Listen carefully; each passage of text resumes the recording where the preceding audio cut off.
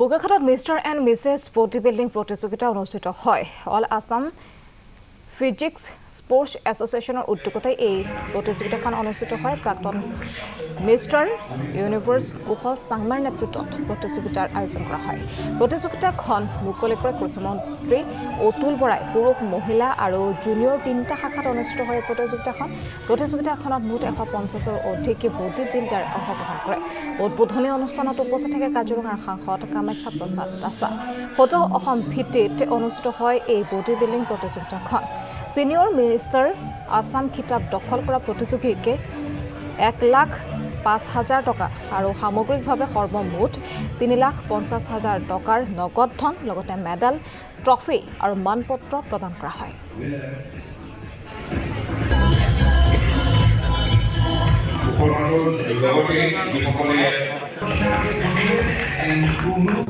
বোকাখাট নাট্য মন্দিৰত all Assam body building আৰু ফিটনেছ চেম্পিয়নশ্বিপ অনুষ্ঠিত কৰিছে। যথেষ্ট সংখ্যক বডি বিল্ডাৰ্ছক আমি এই মঞ্চতে লগ পালোঁ।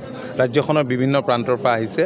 মই পোনপ্ৰথমে আপছাৰ প্ৰেছিডেণ্ট শেখৰজ্যোতি মহন্ত আৰু সম্পাদক চাংমাই কুশল চাংমাইক মই বহুত ধন্যবাদ জনাইছোঁ আৰু আমাৰ উদযাপন সমিতিৰ প্ৰণৱ চেতিয়াকে ধৰি সকলোকে ধন্যবাদ জনাইছোঁ।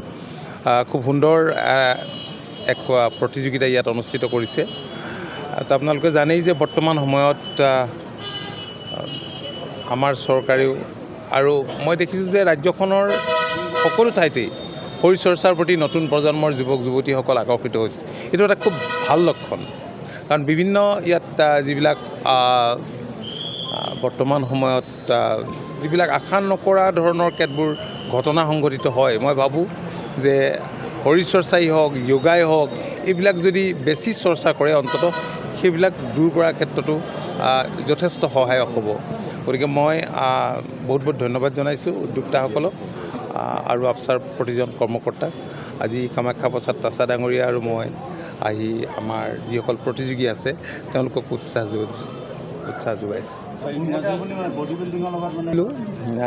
এতিয়াও সেইবাবেই যথেষ্ট ৰাপ আছে আৰু মই তেনেধৰণৰ সুযোগ সুবিধা পালে দৰ্শক হ'বলৈ যাওঁ।